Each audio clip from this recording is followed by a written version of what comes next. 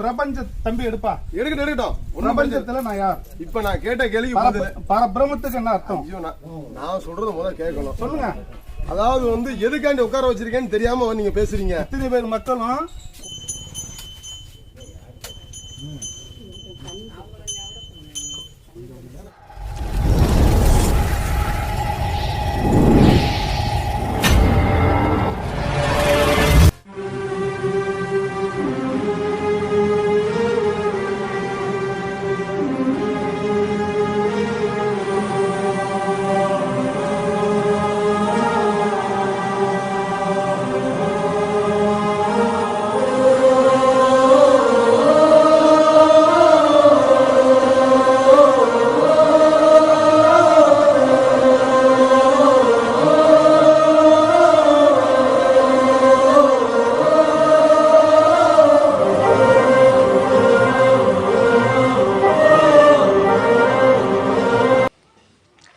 நாங்கள் கும்பகோணம் பக்கத்தில் இருக்கிற பட்டீஸ்வரம் அப்படின்ற இடத்துலேருந்து இந்த இப்போ ரீசெண்டாக ஃபேமஸாக இருக்கிற விபூதி சித்தர் அப்படின்ற ஒரு மாங்குடியில் இருக்கார். அவரை பார்க்க தான் இங்கே வந்தோம். அவரை பார்த்தாச்சு. அவரோட ரூட்டு நிறைய சேனல் நிறைய பேர் கேட்டுக்கிட்டு இருக்கீங்க, எங்கே எப்படி என்னன்ட்டு. அவர் வந்து உண்மையாக பொய்யா அப்படின்றதுனால தான் நிறையா பேர் சொல்ல மாட்றாங்க உங்களுக்கு. நாங்கள் இந்த வீடியோ போடுறோம், பாருங்கள். ஃபுல்லாக பார்த்துட்டு அவர் உண்மையாக பொய்யா அப்படின்றத நீங்கள் கமெண்ட்டில் சொல்லுங்கள். நம்ம சேனலை லைக் பண்ணுங்கள், கமெண்ட் பண்ணுங்கள், ஷேர் பண்ணுங்கள். சப்ஸ்கிரைப் பண்ணவங்க கண்டிப்பாக சப்ஸ்கிரைப் பண்ணிட்டு இந்த வீடியோவை பாருங்கள். பெல் பட்டனை டங்குன்னு தட்டி விட்ருங்க. நாங்கள் வீடியோ எடுத்துக்கிட்டே தான் அங்கே போனோம். அவர் நாங்கள் வீடியோ எடுக்கிறத பார்த்தோன்னே எங்களை பார்த்துட்டு கூப்பிட்டாரு. வாங்க, என்ன தெரியும் சொல்லிட்டீங்க, என்ன எனக்கு கேட்கணும்ல. எடுக்க ஆரம்பிச்சு எங்க இருந்து வரீங்க? YouTube channel. எந்த ஊருங்க? பட்டீஸ்வரம். சரி, நான் சொல்கிறேன், உங்களுக்கு கொடுக்குறேன். நான் கொஞ்சம் ஃப்ரீயான நிலைமையில முறையான நிலைமையில கொடுக்குறேன். ஒரு 5 நிமிஷம் வெயிட் பண்ணுங்க, கோச்சிக்காம. சரியா? கண்டிப்பா இல்லைன்னு சொல்லலை, கண்டிப்பா உங்களுக்கு நான் பேட்டி கொடுக்குறேன். எனக்கு ஒரு 5 நிமிஷம் டைம், இந்த ஒரு 10 பேர்த்த தாட்டி விட்டுறேன். அதுக்கப்புறம் ஃப்ரீயாக உங்களுக்கு நான் பேட்டி கொடுக்குறேன். ஏன்னா எல்லாத்தையும் நீங்கள் பார்த்து எடுக்க வேண்டாம். ஏன்னா இப்போ ஏற்கனவே யூடியூப்ல போட்டனால தான் இவ்வளோ கூட்டம் வர்றதுக்கு காரணமே. கண்டிப்பாக உங்கள் சேனலையும் வளர்த்து வர அளவுக்கு நான் உதவி பண்ணுறேன். ஆனால் கொஞ்ச நேரம் எனக்கு ஒரு 10 நிமிஷம் மட்டும். சரிங்களா? கூப்பிட்றேன்.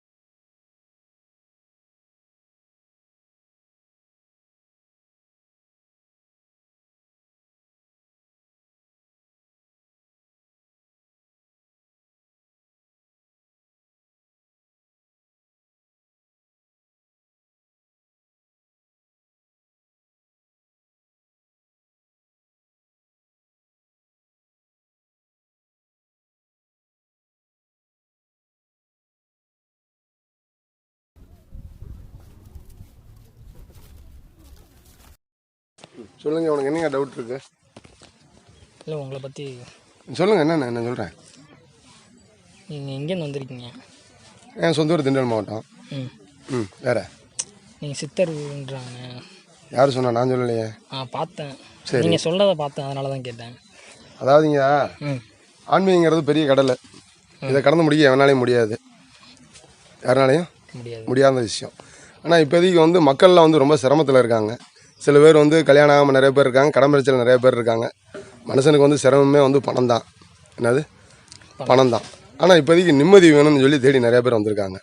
சில பேர்த்துக்கு வந்து குழந்தை பாக்கி எல்லாம் எத்தனை வந்திருக்காங்க. சில பேர் எத்தனையோ பிரச்சனையில் வந்திருக்காங்க. அது எதுக்காக நம்மளை தேடி வர்றாங்க அப்படின்னா, நம்மளால் தீர்க்க முடியும் அப்படிங்கிற அந்த ஒரு காரணத்தில் தான் அவங்க நம்மளை தேடி வந்திருக்காங்க. நான் வாங்கி இந்த 1 ரூபா காசை தூக்கி போடுறதுக்கு காரணம் அவங்க கர்மா போகணுங்கிறதுக்காண்டி தான் 1 ரூபா காசே வாங்குறதுக்கு காரணம். என்னங்க?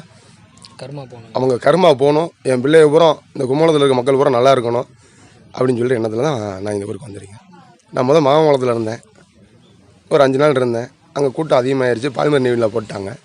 அதுக்கப்புறம் சரின்ட்டு சாமிமலை வந்திருந்தேன். இந்த இடத்துக்கார பையன் வந்து என்னை பார்த்தா அப்படி அவர் 2 வார்த்தை சொன்னேன். சொன்னதுக்கப்புறம் அவர் வந்துட்டு, சாமி என் இடத்துல ஒரு ஜீவசமாதி இருக்கீங்க, இருக்கிறீங்களா அப்படின்னு என்னை கேட்டார். அதுக்கப்புறம் வந்து நான் வந்து சொன்னேன் ஒரு சின்ன விஷயம் என்னன்னு கேட்டிங்கன்னா, அந்த இடத்துல இறந்தவங்க வந்து இன்றைக்கி நாளைக்கு உயிரோட போகிறேன் சொல்லி அப்படின்னு அந்த இடத்துல ஜீவசமாதி ஆனவங்க. அந்த இடத்துல ஒரு வைப்ரேஷன் தெரிஞ்சிச்சு. அதுக்கப்புறம் தான் ஒருத்தர் இந்த லிங்கம் வாங்கி கொடுத்தாரு, எல்லாமே வாங்கி கொடுத்தாங்க. வேறு என்னங்க? நீங்கள் கும்பகோணம் எப்படி வந்தீங்க? யாராச்சும் கூப்பிட்டாங்களா இல்லை? கூப்பிட்டாங்க. யார்? ஆதி கும்பேஸ்வரர், ம் காசி விஸ்வநாதர், அவங்க கூப்பிட்டாங்க, வந்தேன். என் மக்களை காப்பாற்ற வந்தேன், கஷ்டப்படுறவங்கள வாழ வைக்க வந்தேன். வேறங்க? எப்படி நீங்கள் நடந்தது சொல்லுவீங்களா, அப்படி நடக்க போகிறத சொல்லுவீங்களா? நடந்ததை சொல்கிறேன் முட்டாளு, நடக்க போகிறத சொல்கிறேன் அறிவாளி. நான் நடக்க போகிறது மட்டும்தான் சொல்லுவேன், நடந்ததை சொல்லவே மாட்டேன். எனக்கு ஏதாச்சும் சொல்லுவீங்களா? கண்டிப்பாக. அதுக்கு அவங்க கூப்பிட்டு உத்தரவு சொன்னான்னா கண்டிப்பாக சொல்கிறேன். எல்லாத்துக்கும் கூப்பிட்டு சொல்லிட மாட்டேன். ம் அது 100 நாள் காத்திருந்தாலும் 50 நாள் காத்திருந்தாலும் அவங்களோட கர்மா போகணும். அதுக்கப்புறம் அவன் ஈஸ்வரன் வந்து அந்த இதை சொல்லணும். அதுக்கப்புறம் தான் அவங்கள கூப்பிட்டு நான் சொல்லுவேன். ஏன்னா எல்லாத்துக்கும் வந்தவொடனே சொல்கிறதுக்கு நான் ஒன்றும் குறிப்பாக்க வரல. நான் சிவனடியார். நான் சிவனை தூரமத்தை எவனையும் கும்பிட மாட்டேன். என்னது? யாரையும் கும்பிட மாட்டேன். என்னை பொறுத்தளவுக்கு என் மக்கள் வந்து இன்னும் பசி பட்டினியில் நிறையா குடும்பங்கள் இருக்குது. வேலை வாய்ப்பு இல்லாமல் நிறையா மக்கள் கஷ்டப்பட்டுட்டு இருக்காங்க. அவங்கள காப்பாற்றுறதுக்கு மட்டும்தான் அந்த மாங்குடிக்கு வந்தேன். இது மாங்குடி இல்லை, மகான்குடி. என்னது? மகான்குடி, மாங்குடி இல்லை. அந்த மாதிரி விஷயத்துக்கு தான் வந்து ஒவ்வொரு விஷயங்களும் நடந்துகிட்டு இருக்கு. நான் வந்து யாரையும் வந்து எனக்கு இவ்வளோ வேணும் அவ்வளோ வேணும் இது வரைக்கும் யாரும் கேட்க மாட்டேன். நான் கேட்குற காசு ₹1. எவ்வளவு? ₹1. அந்த ₹1 இருந்தால் எனக்கு போதும். அதையும் நான் வாங்கி நான் வச்சுக்க போகிறதில்ல. நான் தூக்கி ரோட்டில் தான் போடுவேன். ஏன்னா அவங்களோட பாவங்கள் எப்படி களையணும், அவங்க கஷ்டப்படாமல் மக்கள் வாழணுங்கிற எண்ணம் தான் எனக்கு. நேற்று வந்து நீங்கள் இல்லைன்னு சொல்லியிருந்தாங்க. நேற்று நான் ஈரோடு வந்து ஒரு கோயில் கட்டுறதுக்கு என்னை கூட்டி போயிருந்தாங்க. அங்கே ஒரு கோயில் கட்டிகிட்டு இருக்காங்க. ஒரு அடியார் வந்து நமக்கு தெரிஞ்ச ஒருத்தர் வந்து நான் ஒரு சிவன் கோயில் கட்டணும் அப்படின்னு சொல்லி சொன்னாங்க. சரிண்ணா அந்த லிங்கத்தை தூக்கி வைக்கிறக்காண்டி ஈரோடு போயிருந்தேன். எவ்வளோ நாள் இங்கே இருப்பீங்க? நான் ஆயுசு இருக்க வரைக்கும் இங்கே தான் இருப்பேன். இங்கே தான் இருப்பீங்க? இங்கே தான் இருப்பேன். கூட்டம் அதிகமாக வந்துச்சுன்னா மகாமககுளத்துலேருந்து மாறின மாதிரி மாற மாட்டிங்களா? எங்கே இந்த இடத்த விட்டா? இந்த இடத்த விட்டு போகிறதுக்கு எனக்கு மனசு இல்லை.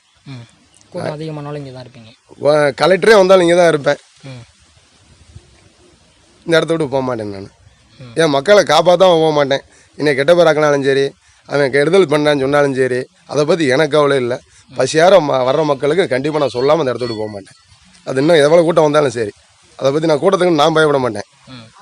என்ன கண்டு தான் அவங்க பயப்படணும். சாமி அவங்க கூட உண்மையை சொல்லிடுவாரா? தப்பு பண்ணாமல் நீதியாக இருக்க மட்டும்தான் இங்கே வரணும். 10 விரல் உழைக்கணும், 5 விரல சாப்பிட்ணும். என்னது? 10 விரல் உழைக்கணும், 5 விரல் சாப்பிட்ணும். இந்த வார்த்தையை சொன்னவர் கணக்கம்பட்டியார். உழைக்கிறவங்க மட்டும்தான் இங்கே இருக்கும். ஏமாத்துறவன் திருடன் பொய் சொல்கிறவங்களாம் இங்கே வேலையே கிடையாது. இது உண்மையான விஷயம். வேற என்ன வேணும் ஐயாவுக்கு? கொரோனா அப்படின்ட்டு ஒரு இது அதான் பழமொழி சிலை சொல்லியாச்சே. கொரோனாங்கிற நோய் மனுஷனால உருவாக்கப்பட்ட நோய் தான்.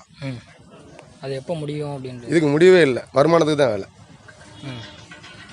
வேற வேற நடக்க போகிறது ஏதாச்சும்? யாருக்கு நடக்க போகிறது? நாட்டில் நடக்க போகிறது முக்கியமான விஷயம் ஏதாச்சும்? என்ன எலெக்ஷனை பற்றி கேட்குறியா? சொல்லுங்கள். எனக்கு எதுக்கு அந்த தேவையில்லாத வேலை? சிவனடியாருக்கு எலெக்ஷன் என்னடா இருக்குது? நான் பேப்பரே படிக்க மாட்டேன். இல்லை, நீங்கள் நடக்க போகிறத சொல்கிறேன் இல்லையா? அது நான் சொல்லுவேன். அதுக்கு அவன்லாம் வந்து கேட்கணும். நீ கேட்டு எப்படி நான் சொல்லுவேன்? இப்போ நேராக வந்து யாருனாச்சும் ஒரு அந்த பதிவில் நிற்கிறவங்க வந்து எனக்கு என்ன நடக்குன்னு கேட்டாங்கன்னா அவங்கள வச்சு சொல்லிடுவேன். இப்போ என் பிள்ளை கஷ்டப்படுற பிள்ளைய வந்திருக்கு, அவங்களுக்கு சொல்ல நான் ரெடியாக இருக்கேன். அது வராதவங்கள போய் கேட்டேன். பொண்ணு உனக்கு ஒரு கல்யாணம் நடக்கணும், ஒரு பேச்சுக்கு உனக்கு ஒரு கல்யாணம் நடக்கணும். பொண்ணு கடலூரில் இருக்குது, மாப்பிள்ளை நீ வந்து மாங்குடியில் இருக்க. எப்படி ரெண்டுத்துக்கும் கலெக்ஷன் ஆகும்? போய் பார்த்தா தானே முடிவு தெரியும். பார்க்காமே பொண்ணு அங்கே இருக்குது வந்துடுமா? எப்படி சாமின்னு கேட்டால் நான் என்ன சொல்லட்டுன்னு சொல்லி பார்க்கலாம். வர்றேன் வந்தால் அவன் பிரச்சனை தீர்க்க வந்துருக்கேன். வேறு என்னப்பா கேட்குறீங்க? எனக்கு ஏதாச்சும் நடக்க போகிறத பற்றி நீ ₹1 காசு கொடுத்தியா? கொடுக்குறேன். இப்போ இல்லை, நீ ₹1 கொடு. அவன் உத்தரவு கொடுத்தவனே நான் கூப்பிட்றேன். எல்லாத்துக்குமே நான் கூப்பிட்டு சொல்லிட மாட்டேன். எனக்கு யாரை கூப்பிடணும்னு எனக்கு க்ளீனாக தெரியும். அவன் உத்தரவு யாரை கூப்பிட சொல்கிறானோ அவங்கள மட்டும்தான் கூப்பிட்டு சொல்லுவேன். சரிங்களா? அந்த பாக்கி உங்களுக்கு ₹1 தான் கேட்டேன். ₹2 எனக்கு தேவையில்லை.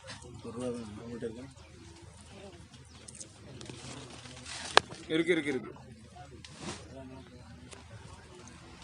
வேற என்னப்பா கேட்கணும்?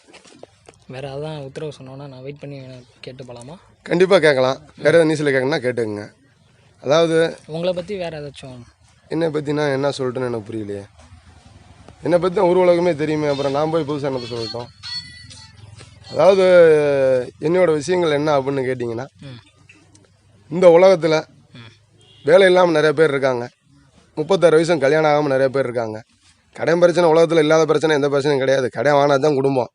கட்டின மனைவி அடித்தா தான் அவன் புருஷன். என்னது? கடன் வாங்கினா தான் குடும்பம். கட்டின பொண்டாட்டி அடித்தா தான் அவன் புருஷன்.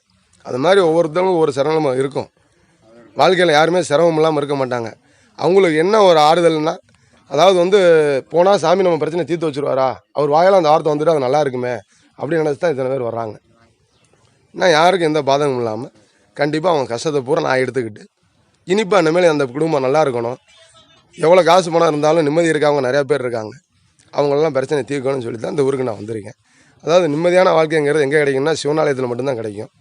அந்த சிவனை வந்து யாரும் தொட்டு பூஜை பண்ண முடியாது. இப்போதைக்கு என்ன செய்யக்கூடாது, தொட்டு பூஜை பண்ணக்கூடாது. ஆனால் வந்து இங்கே வர்ற எல்லா பிள்ளைகளும் அந்த சிவனை தொட்டு பூஜை பண்ணணும் என்னை பொறுத்தளவுக்கு.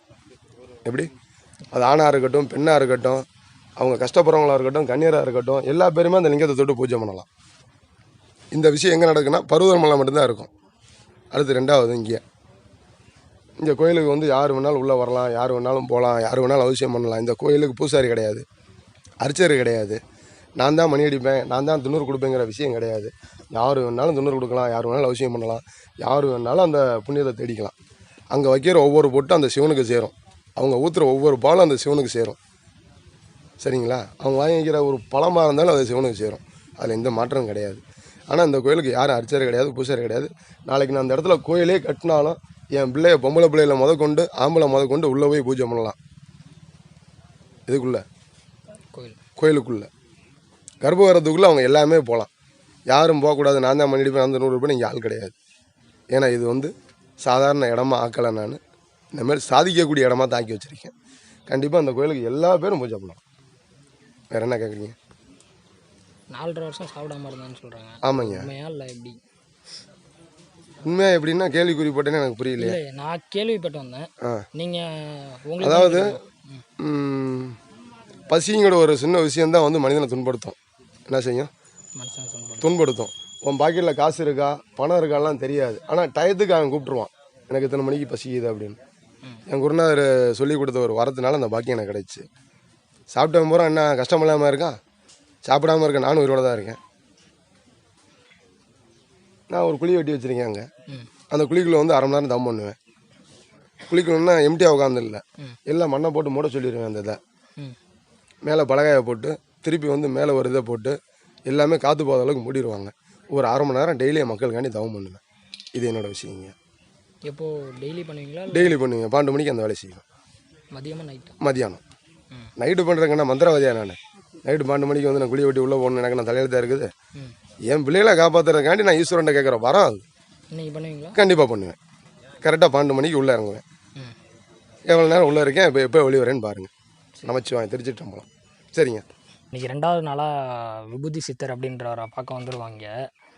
நேற்று வந்தோம், நேற்று ஒரு வெளில போயிட்டேன் அப்படின்னு சொல்லியிருந்தாங்க. இன்றைக்கி வந்து கேட்டோம், அந்த வீடியோ நீங்கள் பார்த்துருப்பீங்க இதுக்கு முன்னாடி. இப்போ வந்து அவர் சொன்னார், ஒரு குழிக்குள்ளே 1/2 மணி நேரம் மண்ணை வச்சு மூடி நான் தவம் இருப்பேன் என் மக்களுக்காக அப்படின்ட்டு. அந்த குழியை காட்டுறேன், வாங்க போய் பார்ப்போம். அப்படியே பேக் கேமரா திருப்பிக்கலாம்.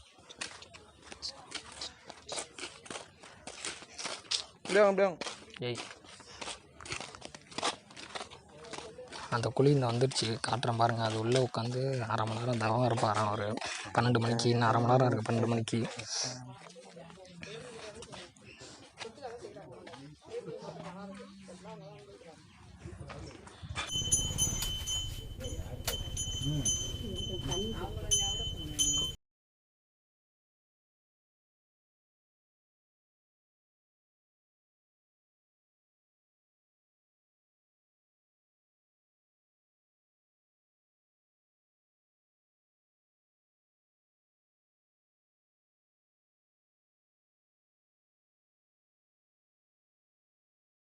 அது நீங்கள் தானா?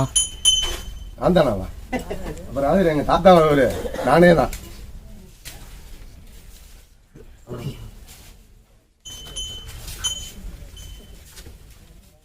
இன்னும் உன்னை அடிக்கும் போல தோணுது. உன் கர்மபுரம் போட்டு போ. கூட தான் பண்ணும் போத பழக பொறுத்து போல.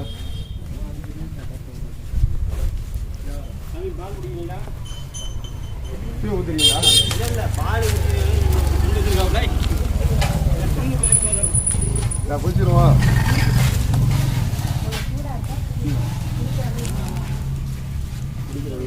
மணி எத்தனைப்பா? 12 நீ 7 நிமிஷம் அப்படியே கொஞ்சம் வழி விடுங்க.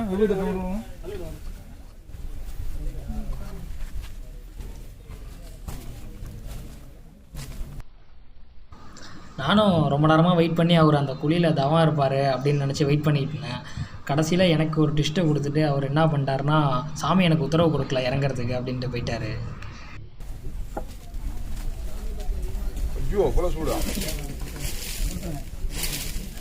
திருநூறு பிடிச்சிட்டு போகிறவங்க மட்டும் வாங்க பார்க்கலாம். முன்னாடி ஆசீர்வாதம் வாங்கினா வாங்கிக்கோங்கம்மா, அப்புறம் டைம் ஆகும். நீங்கள் ஆசீர்வாதம் வாங்க வாங்கிக்கோங்க நீங்கள் வாங்கிக்கோங்க, அப்புறம் பார்த்துக்கோங்க.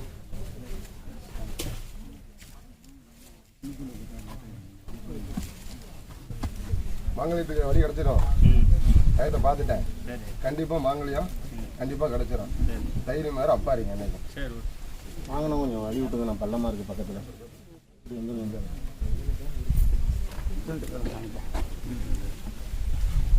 பழத்தில் இறங்கிடுங்க.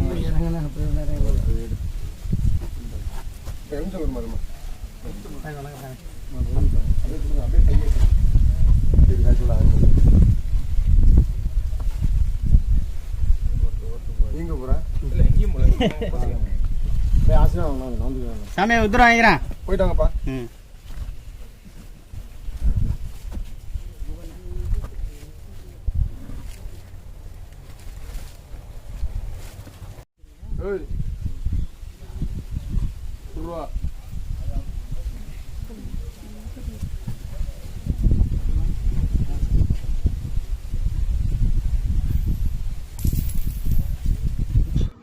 அங்கே வர எல்லார்ட்டையும் காசு ₹1 எல்லாத்தையும் வாங்கியிருந்தார். அந்த காசுலாம் அப்படியே ரோட்டில் விட்டேஞ்சிருந்தார். அந்த ரோட்டில் விட்டேஞ்ச காசுலாம் அப்படியே கிடக்க பாருங்கள்.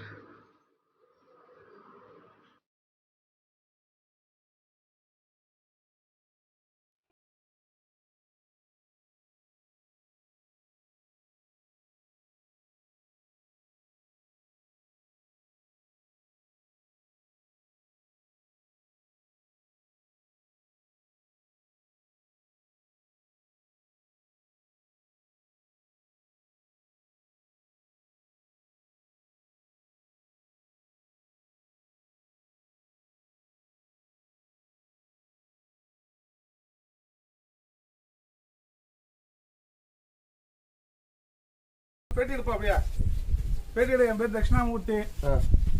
மத்தது நீங்க சொல்லுங்க சாமி. சரி, இப்ப என்ன செய்யணும்? எதுக்காக வந்தா அதை சொல்லுங்க சாமி. நான் கேட்ட கேள்வி, நான் கேள்வி வந்தா தான் சொல்லணும். ஏற்கனவே சொல்லியிருக்கேன் சாமி. நான் ரைட்டு. அப்ப நான் இல்லைன்னு சொல்ல. சிவபக்தருங்கிறது நீங்க சொல்லல. ஒண்ணு, நான் எதுக்காக வந்திருக்கேன், என்கிட்ட என்னென்ன பழக்கம் இருக்கு கரெக்டா சொல்லுங்க. அப்பா நான் சொல்றத புரிஞ்சுக்கணும். இந்த பிரபஞ்சத்துல நான் யார்? அப்ப நான் சொல்றத நல்லா புரிஞ்சுக்கணும். போது நான் யார்? பிரபஞ்ச தம்பி எடுப்பா. எடுக்கட்டும். பிரபஞ்சத்துல நான் யார்? இப்ப நான் கேட்ட கேள்வி பரபிரமத்துக்கு என்ன அர்த்தம்? நான் சொல்றத முதல்ல கேட்கணும். சொல்லுங்க. அதாவது உட்கார வச்சிருக்கேன்னு தெரியாம நீங்க பேசுறீங்க. இத்தனை பேர் மக்களும் கொரோனா டயத்துல வைக்கிறது மிக தப்பு. சரி. ரெண்டாவது இடைவெளி கேப் வேணும். ரெண்டாவது சொன்னா கேக்குறாங்களா? ஒரு நாளைக்கு 500 1000 சம்பாதிக்கிறவங்க எல்லாருமே கஷ்டப்படுறாங்க. இப்ப யாரு இல்லன்னு சொன்னா? நான் ஒரு டிபார்ட்மெண்ட்ல இருக்கேன். நானே 75 இது கேள்வி. எதுவுமே 35 வருஷம் டியூட்டி. நான் சொல்றத ஸ்டாப்புங்க சொல்லி வந்தேன். இப்ப அப்பா நான் இல்லன்னு ஆயிட்டு. இப்ப அப்பா நான் சொல்றத கேளுங்க. நீங்க சொல்றத புரிஞ்சுக்காம பேசுறீங்க. யார் இந்த பிரபஞ்சத்துக்கு? நான் யாரு நீங்க புரிஞ்சுக்கங்க தெரியுமா? இப்ப போன் அடிக்கவா? அப்ப நீ யாரெல்லாம் போன் அடிப்பா? நான் உங்க சாமின்னு வந்தா வரவங்களுக்கு ஒரு ஆசீர்வாதம். மணி என்ன ஆகுது? எல்லாம் பாவம் தானே. நீங்க நான் என்னப்பா செய்யட்டும்? அவன் சொல்லணும், நான் கூப்பிட்டு சொல்லணும்பா. நான் என்னப்பா செய்யட்டும்? கேட்டாங்க இல்லையா? என்ன சொன்னீங்க? அப்பா நான் இல்லேன்னு சொல்லல. எல்லாருமே சிவ மக்கள், சிவசக்தி. நான் இல்லேன்னு சொல்லலையே. நீங்க எப்படி கோவப்பட்டா நான் என்ன செய்யணும்? நான் அன்பா தான் சம்பாதிப்பேன். கோவங்க ஆசைப்பட மாட்டேன். நல்லா கேட்டுங்க. அப்பா சொல்றேன், மண்ணாசை பொண்ணாசை பொருளாசை எதுவுமே இல்லாத மனுஷங்க நல்லா தெரியும். இது வரைக்கும் ஒரு சின்னது கூட ஆசைப்பட்டது கிடையாது. என்ன விடுங்க, என்ன எல்லாரும் சொல்லி அனுப்பி சீக்கிரம் அனுப்புங்க. போன் அடிக்கிறேன், சீக்கிரம் அனுப்புங்க. எல்லாருமே இந்த மாதிரி என்னென்ன பண்றது? இருங்க சார்.